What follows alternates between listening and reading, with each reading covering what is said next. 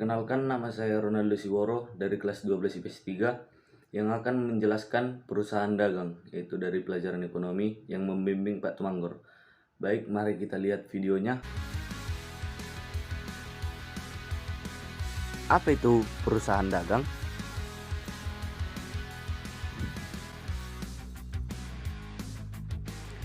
Perusahaan dagang adalah perusahaan yang bisnis utamanya membeli barang dari pemasok dan menjual lagi ke konsumen tanpa mengubah wujud barang tersebut.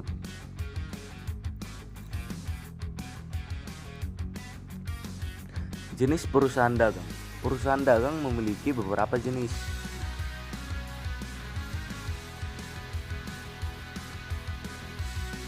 Yaitu berdasarkan jenis konsumen, jenis segmentasi konsumen pada perusahaan dalam pun beraneka ragam. Di bawah ini contoh perusahaan dagang berdasarkan jenis konsumen, yaitu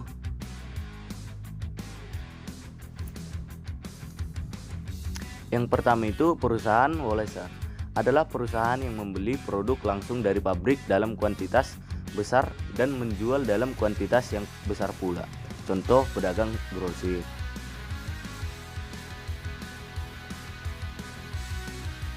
Perusahaan perantara.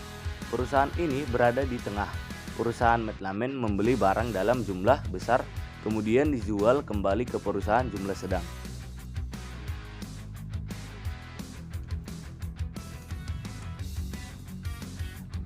Perusahaan retail atau pengecer adalah perusahaan retail membeli barang dalam jumlah besar kemudian menjualnya secara satuan atau biasa disebut eceran, contoh warung.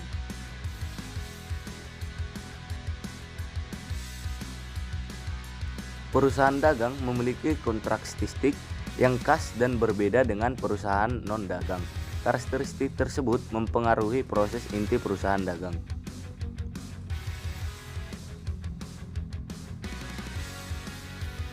Berdasarkan barang yang dijual di bawah ini adalah jenis perusahaan jika digolongkan dengan jenis barang yang dijual.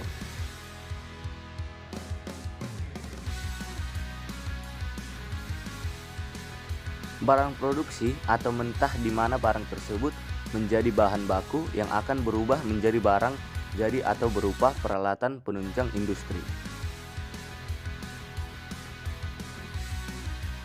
Barang jadi barang jadi adalah barang yang dapat digunakan langsung oleh konsumen tanpa perlu melalui pengolahan oleh perusahaan, contoh adalah kursi.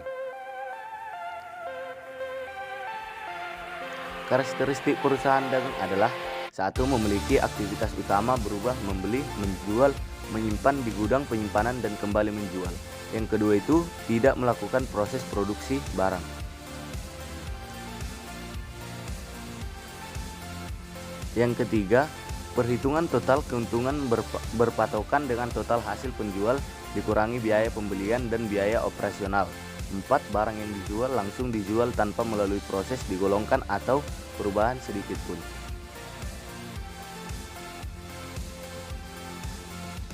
Yang kelima itu kegiatan berdasarkan dengan akun persediaan barang, yaitu perhitungan harga pokok penjual dan laporan laba rugi memakai bentuk single step dan multiple step.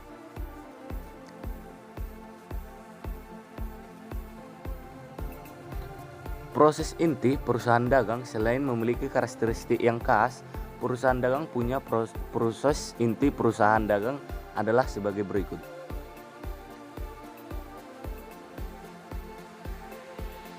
Yang pertama itu pembelian, mencakup pembelian peralatan dan perlengkapan perusahaan, pembelian barang dagang dan pembelian barang lainnya untuk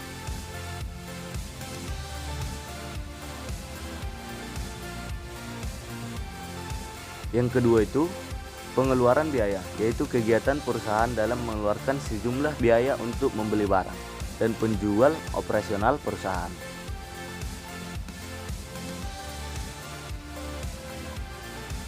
Yang ketiga itu penjualan, yaitu kegiatan perusahaan yang menjual barang dagang untuk memperoleh pendapatan atau keuntungan.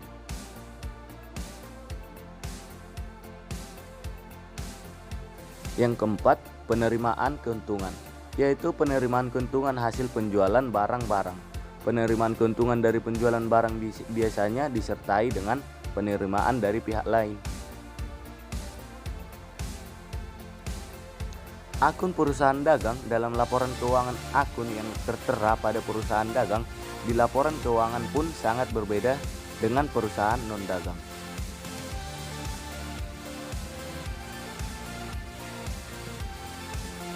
Pencatat akun-akun ini sangat berguna baru perusahaan dagang untuk mengetahui perkembangan penjualan. Akun tersebut antara lain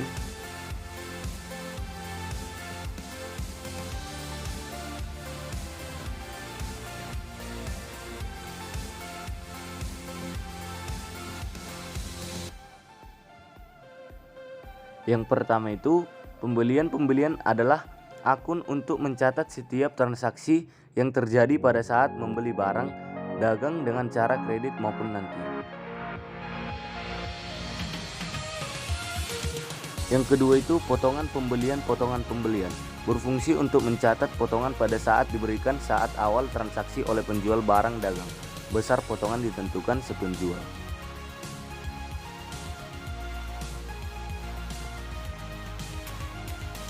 Yang ketiga itu retur pembelian. Retur pembelian berfungsi untuk pencatatan pengambilan barang dagang yang sudah dibeli karena kerusakan.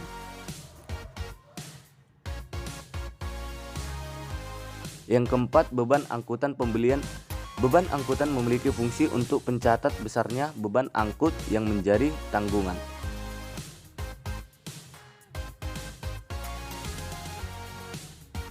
Yang kelima, beban angkutan penjualan selain beban angkutan pembelian. Terdapat beban angkutan penjualan yang dipakai sebagai pencatat pembayaran biaya, yaitu angkutan barang yang dijual telah dijual.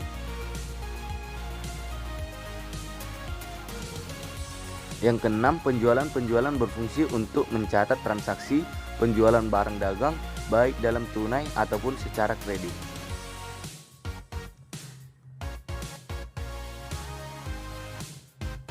Yang ketujuh, potongan penjualan. Potongan penjualan adalah akun yang berfungsi untuk pencatatan potongan yang akan diberikan kepada pembeli.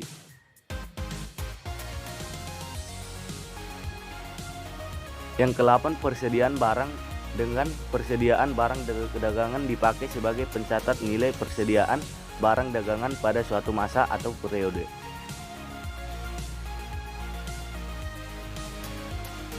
Tak hanya sering melakukan transaksi di perusahaan dagang, kini Anda pun lebih memahami detail mengenai perusahaan dagang. Semoga informasi ini dapat Anda menambah wawasan Anda.